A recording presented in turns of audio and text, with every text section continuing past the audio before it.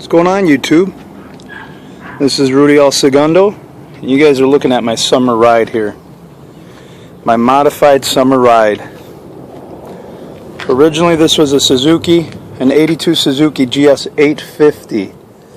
And by GS, I mean gear shaft. That's a gear shaft right there. So it's gear driven as opposed to chain driven, making it a smoother, I'd say a smoother, quieter ride. Although the modification that I did, if you can make it out, that tube right here, that tube eliminates the suspension. This is a hard ride, and if you notice, one of my other modifications, I extended the foot peg. This is the original foot peg right here, and I kept it because I use my legs as suspension. Pretty much, I use them as shock absorbers when I go over railroad tracks and whatnot. But so I kept it. But this is the modified gear side of the bike, the left side of the bike. I bought this kit. I believe it's TC Choppers. I'll annotate it in the notes. But it's a pretty cool setup. It's welded onto that plate. That foot peg is welded to the plate, and that plate is bolted down to the frame of the bike. Okay. And then this is just free floating here. That's a hard line with a threaded rod through it, so that you could adjust it to length. That's the original clamp, the original gear clamp. I cut it down, welded it to that plate, and connected it with that bolt. The other side of the bike, the right side of the bike, the brake side, same thing. I kept the original foot peg. Like I said, I still use those as a shock absorber. This here is the original brake pedal. You cut it down. Same thing, welded onto this plate here, and connect it to the mechanism. Same thing, hard line, bolted onto this. This is all one piece right here, and it's free floating on that foot peg.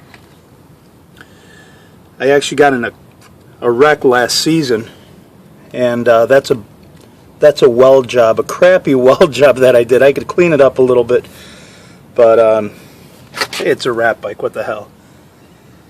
It's a little rusty anyways. It's an 82, for crying out loud, over 30 years old here. And it runs like a dream. These GS4 inline carb Japanese bikes are workhorses, guys. It's a sweet bike. It's a real sweet bike. You take care of it, and it'll run forever. So with that suspension eliminated, it drops down the rear of the bike, the tail end of the bike, quite a few inches. Another modification that I did was a seat. These early 80s Suzukis are known to have that huge high seat, the double seat. I reupholstered it.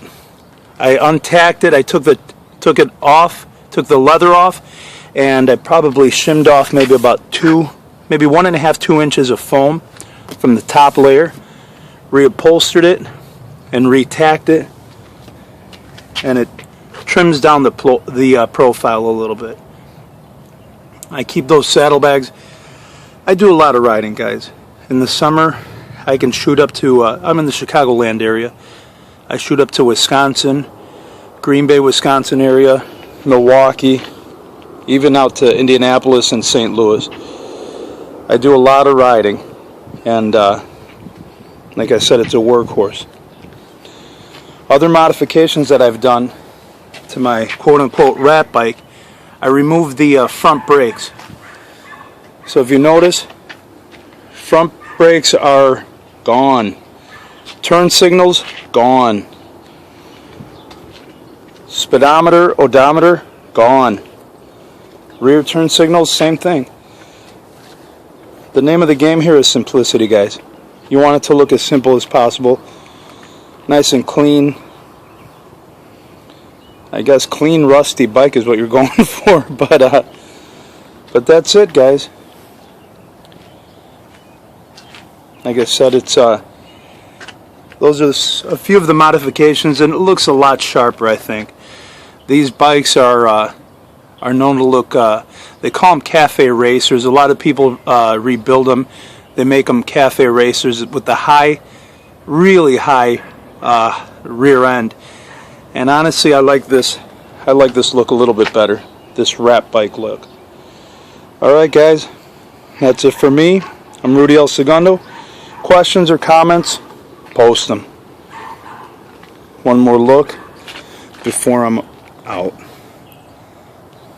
All right, out.